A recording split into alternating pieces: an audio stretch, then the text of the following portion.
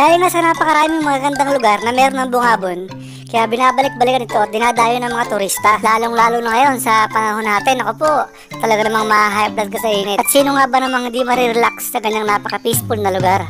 Ako kasama ng aking barkada ay madalas mamasyal sa lugar na yan. At ang hindi lang namin naasahan ay meron pa pala kami isang lugar na hindi napupuntahan. Kaya ito ang kwento natin ngayon. Ang hirap pala mag-voice over. At habang papunta kami sa isang lugar na aming target, binagsakan naman kami ng isang napakalakas na ulan. Kaya nagpasya muna kami lumilim sa kubo na ito.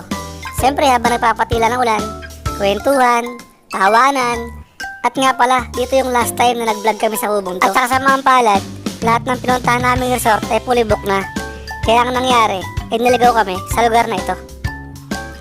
So ayan na nga guys, napakagandang lugar ng napuntahan namin at hindi namin inaakala na meron pa palang huling resort na matagpuan sa boundary ng Aurora. At wala na nga sinayang na panahon at nagluto na si Boy Chef Negro. Napakasarap at napakaganda sa lugar na to guys. So ayan, kitang-kita nyo naman yung mga kaibigan ko dyan, oh. Tamang ano lang yan, tamang luto-luto lang dyan o ganun. Tapos siyempre timpla-timpla ng kape.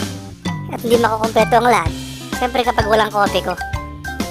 Akala namin noong una malas kami kasi wala kami napuntahang lugar dahil fully book lahat. Pero guys, napakasulit nang na-discover namin lugar na to. Bukod sa napaka-peaceful ng lugar ay talaga naman napakabait pa na may-ari. At nung una nga ayaw pa kami pagbayarin. Siyempre naman matapang hiya namin, joke lang, nagbayad naman kami. At eto na nga, kumain na kami after maluto. So siyempre naman kahit noodles lang yan, tsaka kape-kape, hotdog ay napakasaya na basta kompleto at masaya ang barkada. Ang totoo niya, magbablog sana kami dyan. Kaso pangit naman yung naging outcome kaya hindi na namin tinuloy at hindi na namin in-upload.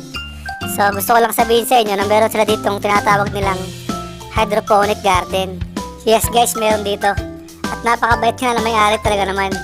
At nung umuwi kami, binigyan niya kami ng sample ng mga tinatawagan ng kaibigan ko to na leptospirosis. So ayan, umikot-ikot lang kami. At inikot-ikot namin yung lugar. So nalibang talaga kami dyan guys kasi napakaganda talaga na lugar nila. So ito nga, may mga tanim silang hindi ko malaman kung anong tawag dyan. So after nyan guys, ito na nga yung mga sumunod na nangyari. So, tignan nyo naman guys, napakalinis, napakagandang lugar nila. At sa sobrang linis ka ng tubig dito guys, naku po, talaga naman pwede mong inumin. So, sino ba namang hindi mabibighani at sino ba namang hindi gustong maligo sa ganyang kalinis na lugar? Nga pala guys, dinidevelop pa lang ang lugar na ito at talagang hindi pa siya tapos. Kaya maswerte kami na pinaunlakan at pinapasok kami ng may-ari. Kaya sa may mga jowa dyan, naku po, perfect place. Ang pangalan nga pala guys ng resort na ito ay Oasis, na pag may-ari ni Ma'am Percy Senya, na matatagpuan sa boundary ng Aurora. At wala na nga kami sinayang na panahon at naligo na nga ang mga animal. So kala nyo naman sarap na sarap kami dyan guys. Napakalamig ng tubig dyan. Kailangan mo talaga may 1,000 yelong nakalagay sa tubig. Naku po, sinasabi ko sa inyo, talaga nga namang mapapahiya ko sa unang talon.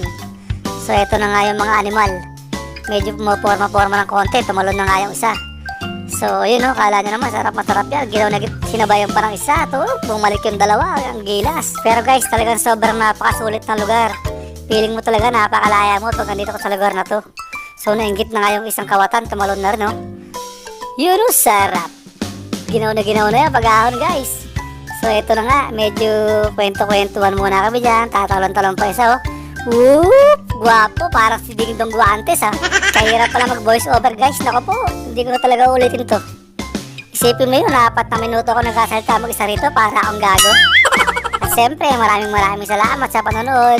Punta kayo dito guys, napaka-nice na lugar. At siyempre yun lang, masayang na naman ang 4 na minuto ng buhay nyo.